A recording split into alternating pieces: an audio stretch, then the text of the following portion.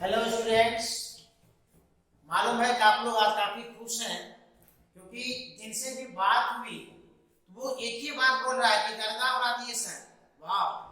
तो चलिए, काफी ओवर कॉन्फिडेंस है बच्चे को आज एग्जाम से, तो उस कॉन्फिडेंस में और ताकत आ जाए उसके लिए हम आपके सामने आज ऑब्जेक्टिव क्वेश्चन का फिजिक्स में सही आंसर क्या है। बहुत लोग का धड़कन भी तेज था या तेज अभी भी होगा, किसका क्या होगा, एग्जैक्ट आंसर क्या है। तो हम आपके पास आज ऑब्जेक्टिव का पूरा एकदम क्वेश्चन का जो एकदम क्या कह सकते हो कि जो क्रीम है, सिर्फ आंसर और विथ एक्सप्लेनेशन के साथ हाजिर है। आइए हम लोग देखते हैं कि आज के एग्जाम में जो फिजिक्स में क्वेश्चन आया उसमें 70 में 70 ऑब्जेक्टिव क्या है और उसका सही आंसर क्या है। तो सही आंसर के लिए हम आ रहे वन बाय वन करके, जैसे कि आप पहला क्वेश्चन देखिए। फर्स्ट क्वेश्चन से ये आई थिंक बी सेट का क्वेश्चन है, बट आपको सेट से कोई मतलब नहीं है, हम सभी का आंसर एग्जैक्ट लिखे हैं। आप फर्स्ट क्वेश्चन से मूड फ्रेश हो जाएगा आपका। ये कह रहा है कि 4 डायरेक्टर क्षमता वाले लेंस की फोकस दूरी आप अच्छी तरह से जानते हैं कि P बराबर सूत्र होता है 1/f। f का मान निकालना है तो 1/p, 1 बाय कितना हो जाएगा 4, इसको डिवाइड कर दीजिए, 0 देके पॉइंट मारेंगे तो 4 दूनी 8 और 5 आ जाएगा। बट याद रखना ये जो आया है ये मीटर में, यहाँ पे हम चकमा खा सकते हैं, ये मीटर में है तो फोकस दूरी का मान आपका ये 0.25 मीटर में आया। बट केयरफुल रहने की जरूरत है क्योंकि क्वेश्चन में आंसर जो दिया गया वो सेंटीमीटर में भी है, बट हमारा आंसर आ गया मीटर में। अब यदि मीटर वाला आंसर हमारा मिल रहा है तो अच्छी बात है, नहीं मिल रहा है तो 100 से मल्टीप्लाई कर दो तो सेंटीमीटर में भी आ जाएगा, बट आपका चॉइस में दिया हुआ है 0.25 मीटर, तो हमारा सही आंसर हो जाएगा 0.25 मीटर। बहुत आसान क्वेश्चन था, फर्स्ट बॉल आप अच्छा खेले होंगे। दूसरे क्वेश्चन को मूव करो। अब सेकेंड क्वेश्चन में देखिए, कारक निम्नलिखित में कौन वर्ण विक्षेपण क्षमता के लिए सही है। तो वर्ण विक्षेपण क्षमता का डिफिनेशन नहीं, जस्ट सूत्र पूछ रहा है। तो दिक्कत आपको कहाँ है, आप तो अच्छी तरह से जान रहे हैं सूत्र उसका कि angular deviation by mean deviation सूत्र होता है हम लोग का ओमेगा का। याद करो ओमेगा का जो फॉर्मूला था हम लोगों का कि एंगुलर डिफरेंस मतलब कि थीटा बटे डेल्टा क्या मीन। तो थीटा का मतलब delta B minus delta R बटे डेल्टा मीन, इसका मान आप निकाले थे तो ये आया था mu B minus mu R divided by कितना म्यू आई माइनस 1। तो आपका सही आंसर हो जाएगा omega equal to mu B minus mu R divided by mu I minus 1। ये मीन कलर का y हो गया, तो आपका सही आंसर ये होगा। आप उसमें टिक लगाए हैं तो आपके बल्ले बल्ले है। अगला क्वेश्चन, तो थोड़ा सा मैथमेटिकल भी करवाने का प्रयास आपके साथ किया गया। देखिए हमारा नहीं है, सभी बॉल एक समान नहीं होता है, कुछ ना कुछ तो काम भी करवाएगा ना आपसे। भाई देखिए बहुत सुंदर क्वेश्चन है, थोड़ा सा मैथ है इसमें। कह रहा है यदि कांच के लिए एक लेंस अपवर्तनांक दिया हुआ है कि हवा में फोकस दूरी एफ ए है, ये एयर में दिया है। कह रहा है कि पानी में एफ डब्ल्यू है, इस लेंस को पानी में डाल दें तो फोकस दूरी एफ डब्ल्यू है, तो रिलेशन मानना है क्या होगा। तो देखिए चॉइस में तो बहुत कुछ है, आपको तो सही निशाना लगाना है, आंसर सही कौन सा होगा, थोड़ा सा काम करवाना चाहिए आपसे। आप लेंस मेकर फॉर्मूला पढ़ चुके हैं, लेंस मेकर फॉर्मूला को गौर से देखिए कि फोकस दूरी और अपवर्तनांक में इनवर्सली प्रोपोर्शनल का रिलेशन है। मतलब फोकस दूरी यदि हम एयर में ले लें, इसका रिलेशन जो होता है वह 1/म्यू, लेंस का मतलब ग्लास हो गया यहाँ पे, और एयर के तुलना में म्यू ग्लास का अपवर्तनांक -1 होता तो सूत्र है, बट आपको इसी पर काम आप आराम से लेंस लेकर फॉर्मूला से ये सूत्र आएगा। अब सोचो जरा, एयर का ये दिया, हम ऐसा करें दूसरे कोई कांस्टेंट आएगा तो इक्वल टू करके सीधा k को हटा दो, कट जाएगा, डिवाइड करेंगे। उसी तरह से यदि एफ डब्ल्यू का मान निकालेंगे तो 1/μ ग्लास तो रहेगा, बट किसके अपेक्षा, डब्ल्यू वाटर के अपेक्षा -1। तो क्या करोगे, फटाफट में कुछ तो काम करना पड़ेगा जल्दीबाजी में आपको। आप कुछ मत करो, एफ ए बटे एफ डब्ल्यू तो आप डिवाइड करेंगे कि आपका हो जाएगा म्यू जी, यहाँ पे आप W -1 divided by mu G ए -1। सबका डाटा दिया हुआ है, आप इसको सोल्व कर लें। ग्लास का और वाटर दोनों का अपवर्तनांक दिया हुआ है, तो नीचे वाला ऊपर चला जाता है, आपको मालूम है। ये हो जाएगा ग्लास का 3/2 गुना इसका 4/3 है, तो 3/4 -1 डिवाइडेड बाय इसका तो आप सीधा 3/2 -1 लिख सकते हैं, तो आपका हो जाएगा 9/8 -1। इसको सोल्व करेंगे आप, ये हो जाएगा आपका 1/8 डिवाइडेड बाय, इसको सोल्व करेंगे तो ये हाफ बचेगा, बराबर 1/8 इंटू 2/1, 2 से कटेगा 4 बराबर 1/4। थोड़ा सा तो एफ ए बटे एफ डब्ल्यू बराबर 1/4, इसलिए एफ डब्ल्यू बराबर 4 इंटू एफ ए, ये आपका सही आंसर। थोड़ा सा काम तो करना पड़ता है सही आंसर लाने के लिए। तो चलिए हम लोग इस तरह से आपका सही आंसर ये हो गया, आप रिलेशन बना लेंगे। अगला क्वेश्चन जो वो करेंगे हम लोग 4 नंबर का जो क्वेश्चन है, ये स्कैटरिंग ऑफ लाइट का क्वेश्चन है, प्रकाश का प्रतिकिरण। तो आइए हम लोग देखते हैं, रेले का नियम एक था प्रकाश के प्रतिकिरण में। इस भाई साहब का कहना था कि प्रतिकिरणित प्रकाश की तीव्रता, जो प्रकाश स्कैटर्ड होता है उसका जो इंटेंसिटी होता है, उसका कहना था कि लेट आई की जो है ये डायरेक्टली प्रोपोर्शनल टू 1/λ पर पावर 4 होता है।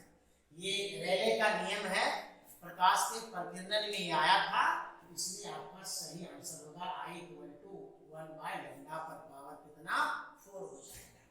रेले का नियम। तो अब नेक्स्ट हम लोग देख रहे हैं, तो बहुत ही सिंपल क्वेश्चन आपके सामने में लाया गया 5 नंबर में। इलेक्ट्रॉन के आवेश के लिए सही है, ये तो आपको रेडिमेड पहले से भी याद है, इसलिए आप आराम से 1.6 × 10⁻⁻⁹ पर याद रखना, ये नेगेटिव में होगा। 6 नंबर का वो करेंगे हम लोग, सोडियम का कार्यफलन। थोड़ा सा बढ़िया क्वेश्चन है, बाकी तो आपको रेडीमेड याद रखना पड़ेगा वर्क फंक्शन, इसका कार्यफलन कितना होता है। कार्यफलन का मतलब आप लोग समझ रहे हैं, एक इलेक्ट्रॉन को रिलीज करने के लिए जितना ऊर्जा चाहिए, दैट इज वर्क फंक्शन। ये तो आपको रेडीमेड याद रखना पड़ेगा, 2.75 इलेक्ट्रॉन वोल्ट। ये तो याद करने वाली चीज है। 7 नंबर का वो करेंगे हम लोग। अभी देखिए सब तो क्वेश्चन हमको लग रहा है कि आप लोग 9 में ही पढ़े होंगे ये सब चीज। यदि अब आपके पास कोई एक एलिमेंट है और ये इसका एटॉमिक नंबर है और ऊपर में मास नंबर आता है। एटॉमिक नंबर का मतलब है कि number of electron equal to number of proton. आपसे पूछ रहा है कि न्यूट्रॉन का संख्या कितना होगा, तो ए में तो दोनों रहेगा। ए का मतलब है जिसमें ए है इसमें प्रोटॉन भी है और न्यूट्रॉन भी है, उसमें से जब प्रोटॉन को माइनस कर दें, ए माइनस जेड कर दें, तो नंबर ऑफ न्यूट्रॉन निकल जाएगा। इसलिए आपका सही आंसर हो जाएगा ए माइनस जेड। ठीक लगा सकते हैं, सिंपल क्वेश्चन है, एटॉमिक स्ट्रक्चर में भी आता है और इंटर में भी आपका 12th फिजिक्स में भी है। तो अगला क्वेश्चन है इलेक्ट्रोमैग्नेटिक वेव नहीं है, ये भी कह रहे हैं कौन सा है, नहीं है। यदि आपको इलेक्ट्रोमैग्नेटिक स्पेक्ट्रम का कांसेप्ट है तो आपको मालूम होगा ये ध्वनि उसमें नहीं आता, साउंड इलेक्ट्रोमैग्नेटिक वेव नहीं है, क्योंकि आप अच्छी तरह से जानते हैं इलेक्ट्रोमैग्नेटिक वेव में लाइट आता है, लाइट का वेलोसिटी 3 × 10⁸ मीटर पर सेकेंड। तो इलेक्ट्रोमैग्नेटिक वेव प्रकाश के वेग से गमन करती है, ध्वनि प्रकाश के वेग से गमन नहीं करती, इसलिए आपका आंसर हो जाएगा ध्वनि तरंग। अगला क्वेश्चन, हीरा का क्रांति कोण, देखिए आपको इससे भी रेडीमेड याद रखना से क्रांति कोण रेडीमेड भी याद करने का है। अब जिस समय में डायमंड क्यों चमकता है, यही तो उसका मेन कैरेक्टर है ना। डायमंड के चमकने के पीछे सबसे बड़ा उसका क्रिटिकल एंगल मात्र 24.4 होता है। ये आपको रेडीमेड याद रखना है। डायमंड का हम लोग क्लास में डिस्कस करते हैं, जब हीरा क्यों चमकता है पढ़ाया जाता है, तो ये आपको रेडीमेड याद रखना है। आपका 24.4 सही आंसर है। 10 नंबर क्वेश्चन को करेंगे, बहुत ही सुंदर क्वेश्चन कि फोटोन की ऊर्जा बराबर होती है, कोई भी मान लेगा E बराबर h न्यू, आपका फार्मूला है ना, E बराबर h न्यू। ये h न्यू h यहाँ पे प्लांक्स कांस्टेंट है, न्यू क्या है भाई, ये फ्रीक्वेंसी है। तो अगला क्वेश्चन वो करेंगे हम लोग, E बराबर h न्यू से आ गया। अब ये क्वेश्चन है चुंबकन क्षेत्र की तीव्रता h के बराबर होती है। तो ये तो आपका डिफरेंशियल से सूत्र आता है v नॉट बटे कितना, म्यू नॉट। v नॉट का मतलब ये भी मैग्नेटिक फील्ड है, म्यू नॉट को हम लोग कहते हैं परमिएबिलिटी, यानी कि चुंबकशीलता। ये रेडीमेड डिफरेंशियल से सूत्र है, आपको ये तो जानना होगा, जानते भी होंगे संभवतः सभी लोग। चलिए आगे बढ़ाते हैं। अब ये तो बहुत ही सिंपल क्वेश्चन आपके सामने कह रहा है, इसके आपको ट्रांसफार्मर हम दो तरह का बताते हैं क्लास में हम लोग। तो आप भाई ये आपका मतलब वोल्टेज को बढ़ाने का काम करेगा और डाउन क्या करता है, वोल्टेज को घटाने का काम करता है। तो सेकेंडरी का वोल्टेज प्राइमरी से क्या होगा, ज्यादा होगा, क्योंकि इनपुट हम लोग डालते हैं प्राइमरी में, ऐसी करंट डालते हैं, हमको आउटपुट सेकेंडरी में मिलता है, इसलिए Vs is greater then Vp होगा। तो रिलेशन है डायरेक्ट। 13 नंबर क्वेश्चन पर हम करेंगे लोग। आइए देखते हैं 13 नंबर क्वेश्चन, बहुत ही खतरनाक क्वेश्चन इसको बोल सकते हैं आप। इसमें छात्र चकमा खा सकता है, विकेट दे सकता है। कैसे आप लोग बता दीजिए। दिष्ट धारा के लिए प्रेरणी प्रतिघात चॉइस को पढ़ोगे तो 0 भी है, ओमेगा एल भी है। अब चॉइस की बात करें, क्या क्या दिया, इतना सुंदर क्वेश्चन। 0 है, अनंत है, ओमेगा एल है और 1/ओमेगा एल भी है। यदि आप दिष्ट धारा पे थोड़ा सा भी ध्यान केंद्रित ना करें तो विकेट जाने का चांस रहेगा। चांस क्या रहेगा कि ये एसी रहता तो आंसर होता ओमेगा एल, बट ये एसी नहीं है। याद करो, जब एसी नहीं है तो सूत्र होगा 2πn × L, और डीसी में डीसी के लिए n बराबर होता है 0।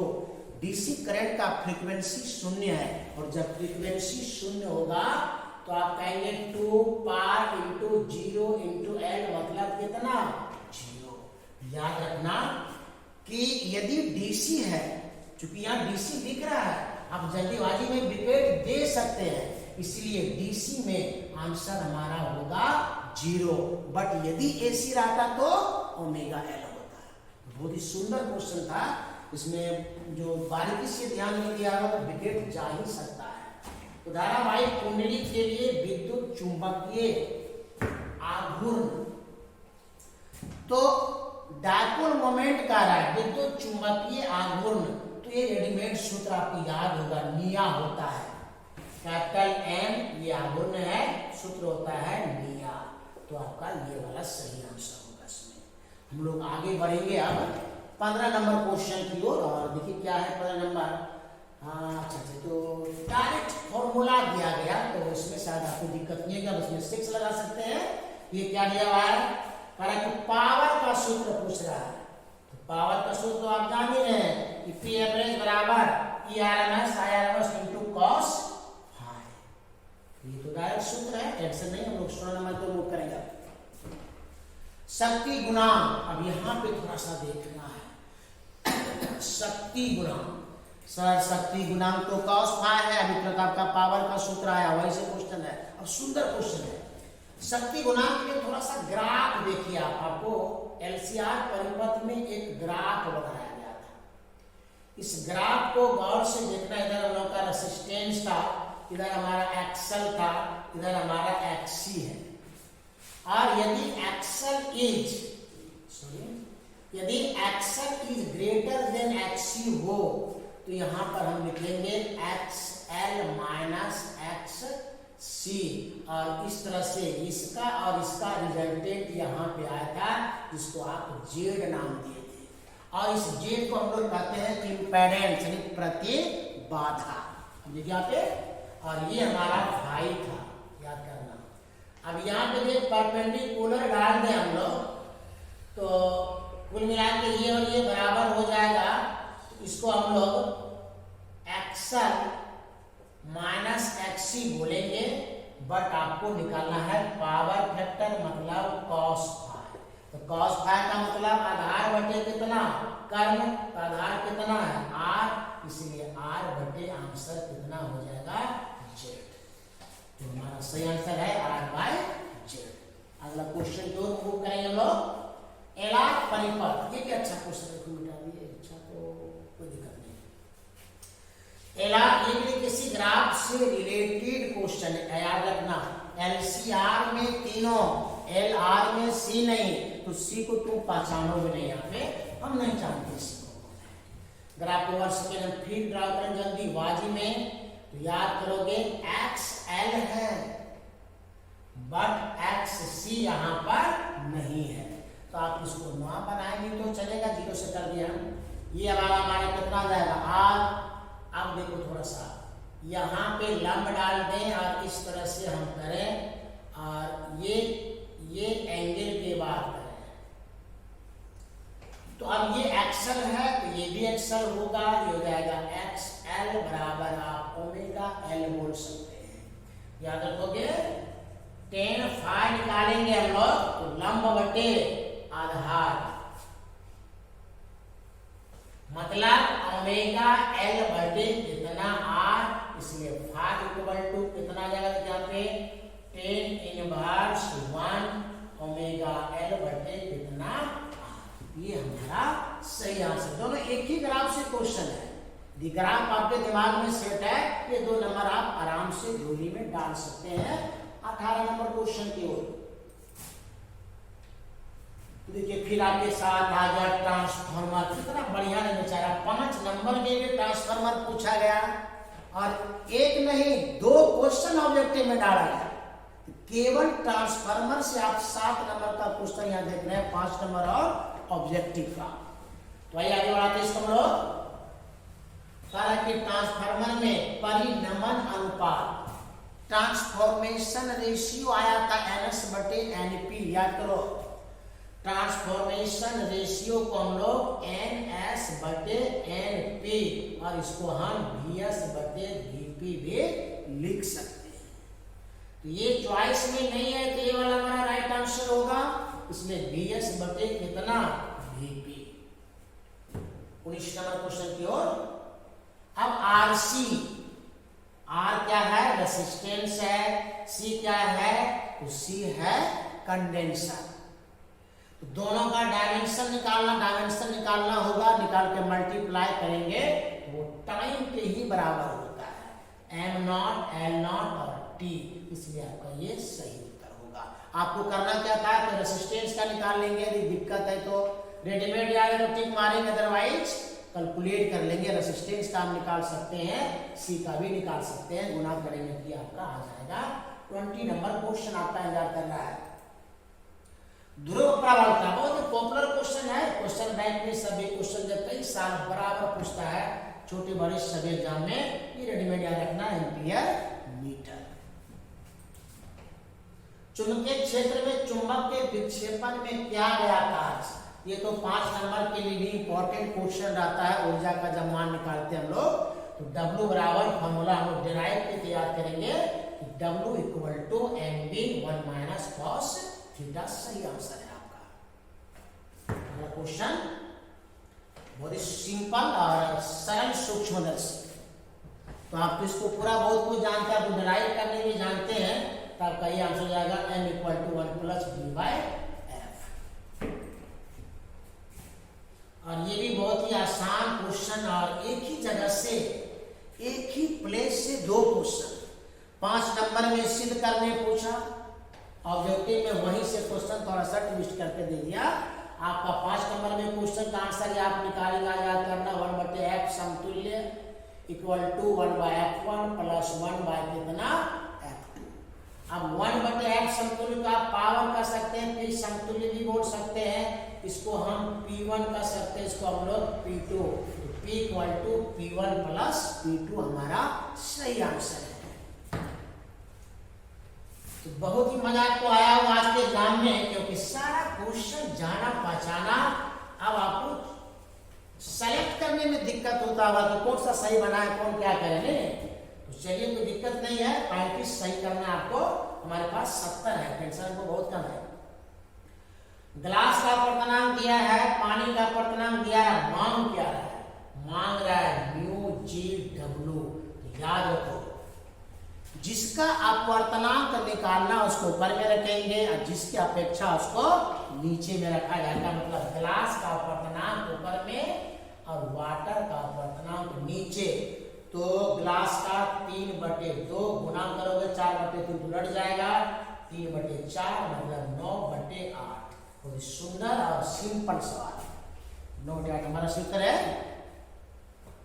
इस तरह से भी 25 नंबर में चलेगा कि आपको रेट याद रखना चाहिए, मेरे हिसाब से निकाल भी सकते हैं हम लोग, बट उसके लिए फिर तो आपको एंगल देखने के लिए टेबल चाहिए, जो कि आता नहीं है। इसको तो आपको ऐसे ही याद रखना पड़ेगा, क्योंकि 41 पॉइंट समथिंग होता है, हमारा एग्जैक्ट लगभग 42 डिग्री होता है। विद्युत चुंबकीय तरंग की प्रकृति बहुत ही अच्छा क्वेश्चन को बोल सकते हो, क्योंकि ये वेलोसिटी है, ये इलेक्ट्रिक फील्ड है, ये वाला हमारा क्या हो जाएगा, मैग्नेटिक फील्ड हो जाएगा।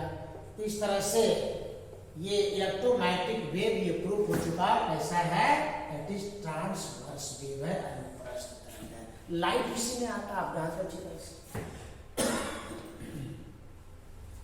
अब थोड़ा सा हिंदी, चूंकि हिंदी में क्वेश्चन हम लिखा हुआ यहाँ पर है, तो आपको दिक्कत भी हो सकती है, बट यहाँ इसका मतलब है किससे, प्रिज्म से। हम आपको यहाँ बता दें तो प्रिज्म का सूत्र भी इस बार इंपॉर्टेंट था, जो सूत्र आप प्रिज्म के लिए पढ़े होंगे कि mu equal to sine A plus delta min divided by 2 और कितना बाय साइन ए बाय 2। ये रेडीमेड सूत्र, आप उसको प्रूव करते हैं तो सूत्र केवल है।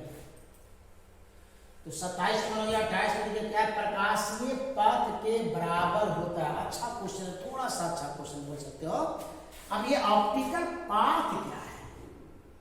ऑप्टिकल पाथ का मतलब है कि मान लिया जाए कि प्रकाश, ये ग्लास है ये, और इस पर आप प्रकाश को इस तरह से आपतित करा रहे हैं, तो प्रकाश का एयर या वैक्यूम में किसी समय में तय की गई डिस्टेंस और इस मीडियम में उतना ही समय में तय की गई दूरी अलग अलग होगा, क्योंकि यहाँ पे कम होगा, यहाँ पे ज्यादा होगा। तो यहाँ पे कितना होगा, मान लो कि यहाँ पे d दे करके O दे दिए, और यहाँ पे ये यहाँ से यहाँ तक d और कितना m है, मीडियम में इतना है। आप करेंगे क्या, यदि हमारा होगा प्रकाशीय पथ मतलब ऑप्टिकल पाथ, तो आप एक सूत्र जानते हैं, mu equal to V naught बटे कितना Vm, तो मालूम होगा। वी नॉट मतलब एयर में वेलोसिटी, हम वी नॉट की जगह समय मान लो t लग रहा है, हम लिख सकते हैं इसको कितना d नॉट बटे t, गुना करेंगे तो ये उलट जाएगा, समय दोनों में बराबर लेना है, कितना बटे कितना Vm, तो t कट जाएगा, mu equal to d naught बटे Dm। इसलिए d नॉट का मान निकालेंगे तो म्यू इंटू कितना हो जाएगा Dm। आपका आंसर होगा यहाँ पे अपवर्तनांक गुना पथ की लंबाई, ये यहाँ से यहाँ तक पथ का लंबाई मालूम हो जाए तो हम इसका मान भी निकाल सकते हैं। तो ऑप्टिकल पाथ बराबर अपवर्तनांक इनटू डीएम, मतलब ये है पाथ की लंबाई। इस तरह से आपका सही उत्तर होगा। 29 नंबर क्वेश्चन हम लोग करेंगे कारण छोटे चुंबक के लिए सही है। यदि आपको मैग्नेट का फॉर्मूला याद है तो वहां याद करके मैं, नहीं याद है तो दिक्कत आपका हो जाएगी इसमें। तो हमको लग रहा है फॉर्मूला याद होगा क्योंकि आप इलेक्ट्रोस्टैटिक्स में भी पढ़ते हैं, वही सूत्र लगा दो काम हो जाएगा आपका। तो अक्षीय और निरक्षीय दो वर्ड है। यदि आपके पास ये मैग्नेट है, मान लो साउथ और नॉर्थ है, इस पॉइंट पर यदि मैग्नेटिक फील्ड हम निकालेंगे, इसको एक्सिस कर दिए, तो यहां पर जो वैल्यू होगा कांस्टेंट के 2m/r3, और इसको हम लोग कहते हैं निरक्षीय। यहां पर जो मैग्नेटिक फील्ड होगा इसको कहते हैं निरक्षीय। नीचे तो सुना दे दिए, तो कांस्टेंट के यहां तक m/r3, r ये दूरी है और यहां से यहां पर r दूरी है। तो इस तरह से अब दोनों में रिलेशन निकालना है, कुछ मतलब डिवाइड कर दिया और आ जाएगा आंसर। तो b अक्षीय वो देंगे 0/b निरक्षीय बराबर अक्षीय तो यहाँ पर है k गुना 2m/r3, इसको ये उल्टे यहाँ पर r3 डिवाइडेड बाय km। तो k और m कट जाएगा, r3 कट गया, कोना कोनी गुना कर दीजिए आप, हो जाएगा आपका b अक्षीय बराबर 2 गुना b निरक्षीय। इसका मतलब हमारा आंसर होगा b अक्षीय इक्वल टू 2 इंटू b निरक्षीय। शॉर्टकट में भी बना सकते हैं, सूत्र याद है तो देख कर टिक मार देंगे। बट थोड़ा सा ऑब्जेक्टिव क्वेश्चन में कभी भी जल्दीबाजी नहीं होनी चाहिए। आपको यही समझना है, यदि ऑब्जेक्टिव में कोई तुमसे नाम भी पूछे तो तुरंत मत बोलो, थोड़ा सा सोचो कि मेरा नाम सही में क्या, घर वाला नाम तो नहीं बोल दिए। तो आपको सर्टिफिकेट का नाम बोलना है। कभी कभी घर में आपका मुन्ना चुनना रहता है, आपको भी बोल देते हैं जल्दीबाजी में, जबकि आपको सर्टिफिकेट का नाम बोलना है। ऐसे सिचुएशन में इसलिए कहा गया कि ऑब्जेक्टिव क्वेश्चन में कितना भी हल्का क्वेश्चन हो, बी केयरफुल, थोड़ा सा वो सावधानी से आप 1 नंबर लॉस कर सकते हैं। हम लोग आगे तो बढ़ेंगे, कारण कि एक समान चुंबकीय क्षेत्र में दोलनशील चुंबक के आवर्तकाल का व्यंजक, ये तो आपको रेडीमेड ही याद रखना पड़ेगा, इसको डिराइव करना संभव नहीं है फिलहाल।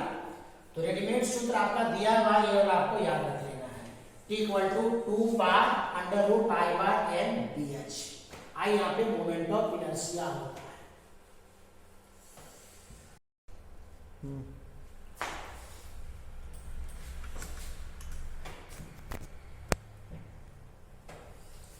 चलो तो देखते हैं हम लोग 31 नंबर क्वेश्चन। तो 30 के ही जैसा है, केवल थोड़ा सा लिंक से हटने का प्रयास किया है। अभी आपने देखा था कि टाइम पीरियड का सूत्र था, उसमें ये कह रहा है पृथ्वी के मैग्नेटिक फील्ड और चुंबकीय सुई के फ्रीक्वेंसी, तो फ्रीक्वेंसी और मैग्नेटिक फील्ड में रिलेशन दिखाना है। हम लोग अभी थोड़ा देर पहले देखे थे कि आप ऐसा कर सकते हैं two constant k divided by कितना bh का रूट, बाकी को हम कांस्टेंट में डाल दिए फिलहाल। तो इसमें अब गॉड t को हम क्या लिख सकते हैं, हम t को लिख सकते हैं 1/n इक्वल टू 1 बाय कितना bh का रूट, स्क्वायर करेंगे दोनों side, 1/n² equal to 1/n कितना bh, मतलब n² समानुपाती किसका आ जाएगा bh का। तो आंसर आपका हो जाएगा n² समानुपाती bh का।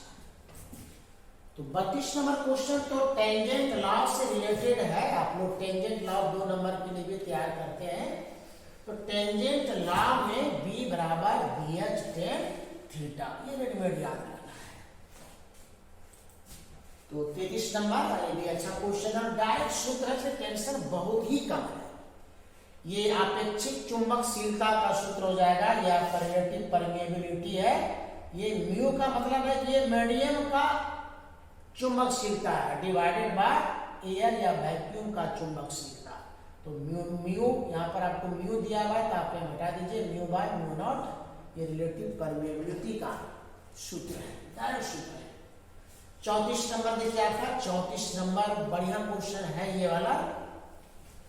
यदि हम जल्दबाजी आपको बताना चाहेंगे, यदि हम इधर मैग्नेटिक फील्ड का या मैग्नेटिक फील्ड का इलेक्ट्रिक कंपोनेंट मान लें और ये किसी बाहरी मैग्नेटिक फील्ड का मैग्नेटिक फील्ड है, एक्सटर्नल अप्लाइड मैग्नेटिक फील्ड बोल सकते हैं, ये अर्थ का अपना है खरीदा हुआ, ये हम लोग बाहर से मैग्नेटिक फील्ड दिए, तो दोनों का रिजल्टेंट जो होगा वो 20 से जाएगा।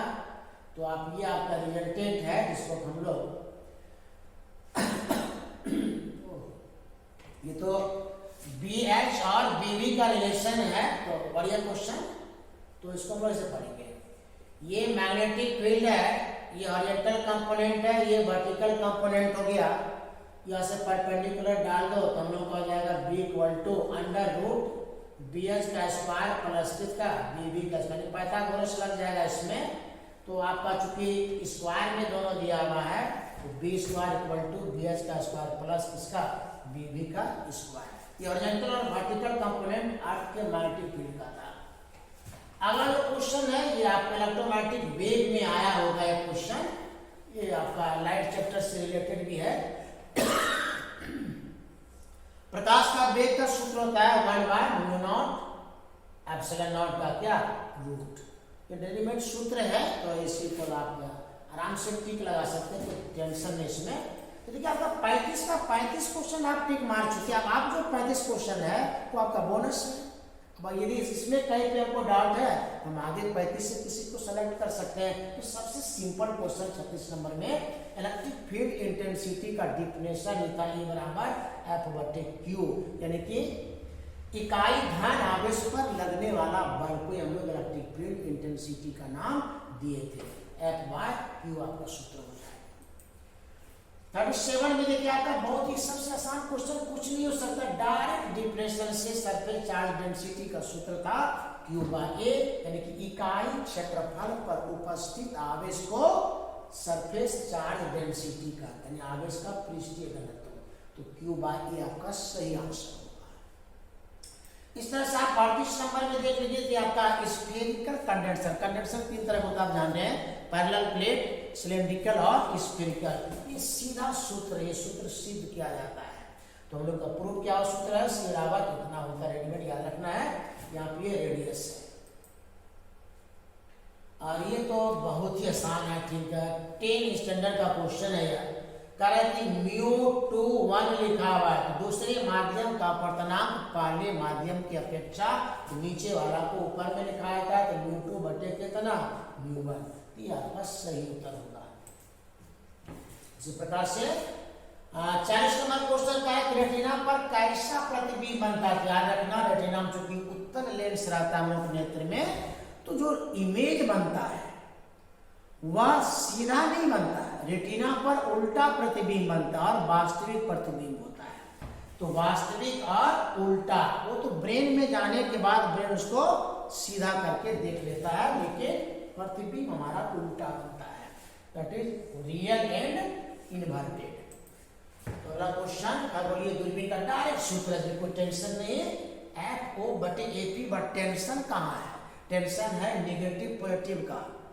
निगेटिव इसलिए दिया गया कि खगोलीय दूरबीन में जो प्रतिबिंब बनता है वह उल्टा बनता है, इसलिए यहाँ पे निगेटिव साइन के साथ चिन्ह लगाएंगे। अगला क्वेश्चन 42, रेनबो में 3 घटना घटता है, रिफ्रैक्शन ऑफ लाइट भी होता है, डिस्पर्शन ऑफ लाइट भी होता है और टोटल इंटरनल रिफ्लेक्शन भी होता है। 3 घटना होता है, बट आपके चॉइस में PIR नहीं दिया, अपवर्तन दिया है और वर्ण विक्षेपण है, तो दोनों में एक को आपको सेलेक्ट करना है, तो जाएगा आपका आंसर वर्ण विक्षेपण। तो 43 में हम लोग निर्वात में परावैद्युतांक होता है, तो आपको रेडीमेड सब याद ही होगा, ये आपको इसमें टिक लगाना है, इससे उत्तर आपका। फिर अब कूलाम का नियम, थोड़ा सा बढ़िया क्वेश्चन तो ये है, बढ़िया क्वेश्चन इसलिए है कि कूलाम का नियम constant K Q1 × Q2 divided by R² होता है। ये वेक्टर फॉर्म शायद पूछ रहा है। सदिश वेक्टर फॉर्म के लिए यहाँ पे तीर तो लगेगा, प्लस के भी रहेगा, के की जगह पर 1/4 पार्ट से लिखा गया, Q1 Q2 रहेगा। चूंकि बल का दिशा r के अनुदिश होता है, तो r के अनुदिश होता है, तो यहाँ पर यदि हम r लिखे तो एक नीचे भी r लिखा जाएगा, इसके ऊपर में तीर, इसलिए आपका सही जो आंसर होगा ये इसका 1/4 pi epsilon not Q1 into Q2 R2 और into 1, ये कितना R3 और R पर एरो देना है। ये वेक्टर फॉर्म है कूलॉम के नियम का। तो अगला क्वेश्चन जब लोग 46 में देखिए सेकंड के लिए 40 में है क्या, ये तो आप धारिता का परिभाषा पढ़े हैं, तो रेडीमेड याद है, C बराबर Q बाय V, समय कम से कम बर्बाद करना के वाले लोग। और ये आवेशित चालक की ऊर्जा हाफ CV², ये भी आप सिद्ध किया जाता है क्लास में, ये आपको रेडीमेड याद भी होगा। ये आपका हो गया। 48 में क्या है, इस समान धारिता C1 का n संधारित्र है, समांतर क्रम में जुड़ा हुआ, समांतर क्रम में आप C बराबर C1 प्लस C2 होता है, दोनों समान है, n से केवल मल्टीप्लाई कर देंगे। 49 y के लिए डायरेक्ट्रिक स्ट्रेंथ का मान, ये तो आपको घर रेडीमेड याद रखना पड़ेगा, ये सब डाटा क्लास में लिखाया जाता है, बट केयरफुल यही होना है कि जो डाटा बुक में या किताब लिखाया गया होगा वो किलो वोल्ट प्रति mm में आता है, और ये आपका वोल्ट प्रति मीटर में है, तो चेंज करके हम लोग टिक लगाएंगे कितना आ जाएगा आपका। 50 नंबर में करेंगे लोग मास और एनर्जी आइंस्टीन का इक्वेशन है, ये बराबर mc², उत्तर है। अब ये बाइनरी का आप लोग बदलने जान ही रहे हैं, तो ये आपका हो जाएगा 10002। बदलने के लिए आपको अच्छी तरह से आप जानते हैं, 2 से देंगे तो 2 चौकी 8, 4 बार में कटेगा, तो आपका यहाँ 0 बचेगा, फिर 2 से करेंगे 2 दूनी 4, फिर 0 बचेगा, फिर आप 2 से कटाएंगे, 1 बार में कटेगा, फिर 0। इस तरह से ये आपका उत्तर था। नंद गेट का संकेत मैक्सिमम लोगों को याद ही होगा, इसमें एंड और नॉट गेट रहता है, तो इस तरह से यहाँ पे नॉट गेट का संकेत ये आपका सिंबल हो गया नंद गेट का।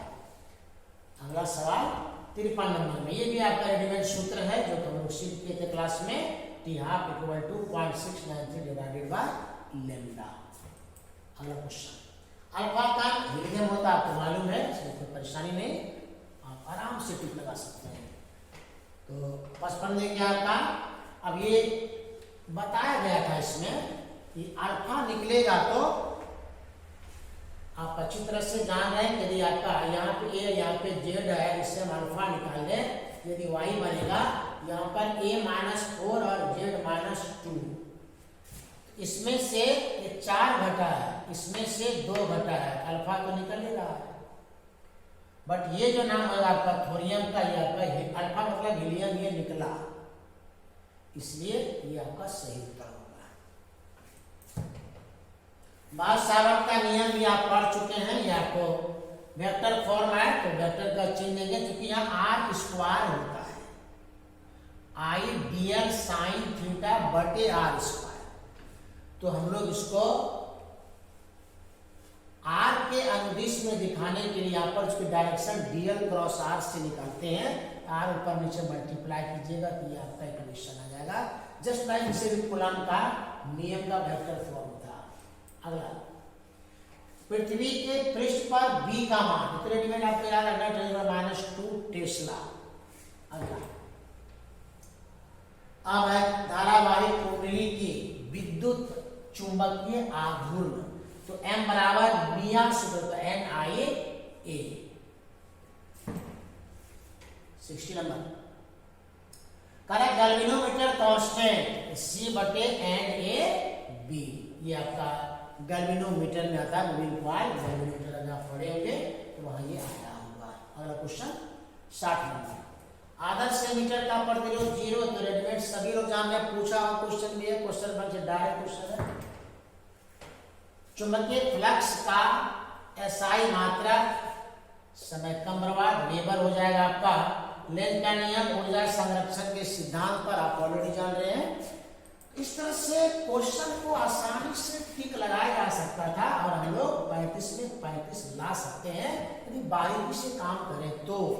प्रेरणिक प्रतिघात मतलब XL equal to omega L. अब ओमेगा तो चॉइस में नहीं है, अब इसके बदला में 2 पाई एन इंटू एल, ये आपका सही है। एन के जगह यहाँ पर एफ का उपयोग किया गया है, ये फ्रीक्वेंसी है। अगला क्वेश्चन, विद्युत तीव्रता का एसआई मात्रक। इससे हल्का क्वेश्चन और क्या हो सकता है, दैट इज न्यूटन प्रति कूलम। अगला, धारा घनत्व, डायरेक्ट फॉर्मूला I बटे A। गतिशीलता के लिए सही है। मोबिलिटी का मतलब होता है, VD यहाँ पे ड्रिफ्ट वेलोसिटी है, ये यहाँ पे इलेक्ट्रिक फील्ड है। तो इकाई इलेक्ट्रिक फील्ड में इलेक्ट्रॉन का जो ड्रिफ्ट वेलोसिटी होता है दैट इज मोबिलिटी मतलब गतिशीलता। इसलिए VD बटे E आपका सूत्र हो जाएगा।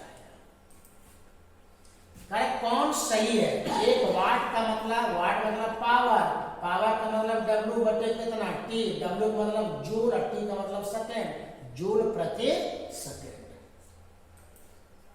अगला क्वेश्चन दिखाना है 68 का, नीले रंग के लिए कार्बन कलर कोड होता है। तो आपको अच्छी तरह से मालूम है, बीबी रॉय ऑफ ग्रेट ब्रिटेन, याद करो। ब्लैक ब्राउन था, ब्लू यहाँ पर है, ब्लू कितना नंबर पर, 2 3 5 2 7 पर है, एक माइनस करना है तो 6 आपका सही कर जाएगा। अगला एम्पियर घंटा, अब यहाँ पे थोड़ा चकमा हो सकता है आपको। एम्पियर घंटा तो चार्ज बराबर सूत्र होता है Q बराबर I T। I का मतलब एम्पियर, T को आप घंटा लिख सकते हैं। एम्पियर घंटा का मतलब आवेश से आपका आवेश सही उत्तर होगा। इस पे थोड़ा सा बारीकी से ध्यान देने की जरूरत। 70 नंबर, लॉरेंज फोर्स, काफी पॉपुलर क्वेश्चन जो आप अच्छी तरह जानते हैं। इलेक्ट्रिक फील्ड और मैग्नेटिक फील्ड दोनों के कारण जो किसी चार्ज पे बल लगता है that is Lorentz force. Q common है, ब्रैकेट में ई पे एरो दिया गया, तीर है, वेक्टर है, प्लस बी क्रॉस बी, ये आपका लॉरेंज फोर्स का डायरेक्ट सूत्र है। तो 70 क्वेश्चन था आपका, 70 में 70 में आपका सही आंसर मिला और उम्मीद है कि आप लोग 70 में 35 जरूर सही टिक लगाए हैं।